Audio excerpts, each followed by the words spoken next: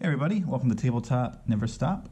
Today I'm going to do something a little different, do a hobby tutorial, which is good because I've been trying to be spending more time at my hobby desk. And so today we're going to go over how I do snow effects,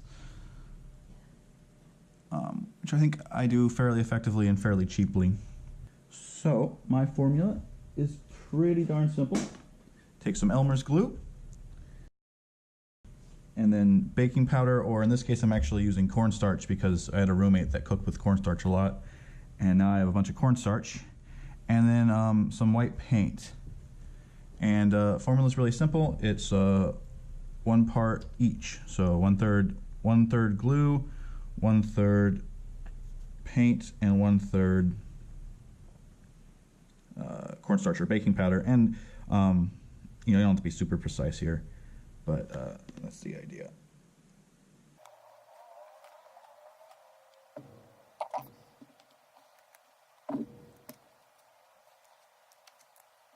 So I actually ended up a little bit uneven there, but you can adjust it pretty easily as you go along.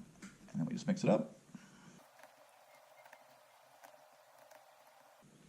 And I'm using a stick instead of a brush just because it's like already a messy process, so the more you can kind of prevent having to clean your brush over and over again, the better. So obviously you want to pick a brush that you don't super mind getting goop on, although if you clean it good, you should be okay.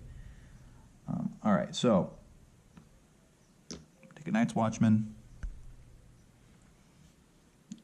get a nice little globule going, and you can totally smear it all over the entire base. I actually don't like to do that. I find that less is more in this situation. So what I like to do is get a globule down and then kind of spread it around and get you a little bit of a melted snow effect. So, technically, I think you could definitely justify there being, several feet of snow on the ground. But to me, that just looks like they're standing in marshmallows. I don't like that look. So I actually think it looks a lot better if you just kind of, get a portion of it. And if you want to build it up, you can always go back over and do another layer. Like, for example, here's some I already put down. If I want to make there be more snow, I just hit it again and bring it in. Now, you'll see that I have a lot of these guys removed from the bases. That definitely makes it a lot easier. Really to like pretty significant like power of magnitude.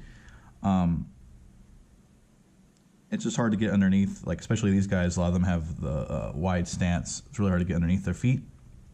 That being said, just do what works best for you. I didn't get them all off the bases. It's not too bad a lot of the times. So what I'll do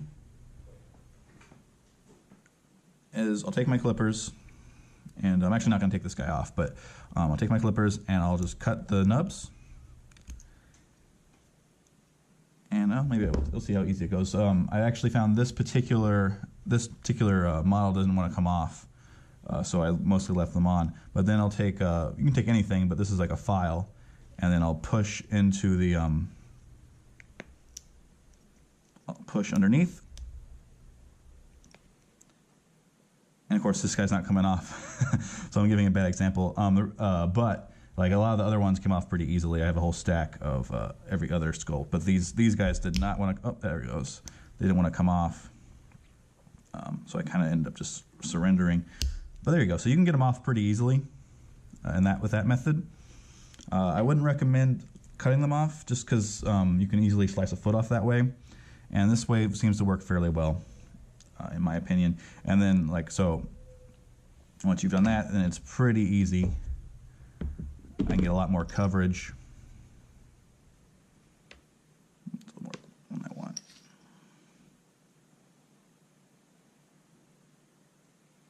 And so yeah, if I wanted to do a whole, this guy's just gonna be all in the snow, cool. But now it just looks like I painted it white, where I much prefer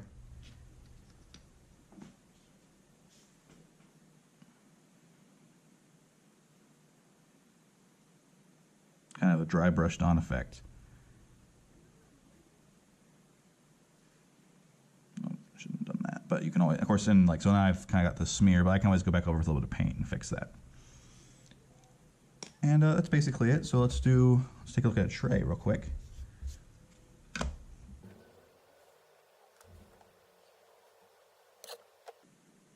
And of course, you don't have to go all one direction, but I think you will get a little bit of like almost like a little more natural effect if you kind of treat it like dry brushing. Like the snow is all coming in from this one side, right? And of course, I'm making a bit of a mess, but I can come back over and clean up certain effects later. Now, again, I find that just this looks a lot more like snow than this. So that'd be my recommendation is, you know, just use less is more strategy. Also, like you'll see, I have stones here. You could certainly throw snow on the stones, but seeing how it's, you know, there are 3 color stones, I dry brushed them 3 different colors of gray. I'd like to leave those visible, and B, if you ever like go out into the wilderness, those of you that don't live in California, you'll see that a lot of times the stones don't have snow on them anymore, and it's because the sun hits them and it warms them up, and then those actually melt first a lot.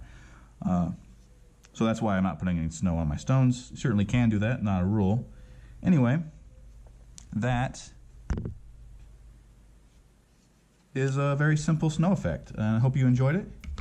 I'm probably going to try to do more stuff like this in the future. And until next time, never stop tabletopping.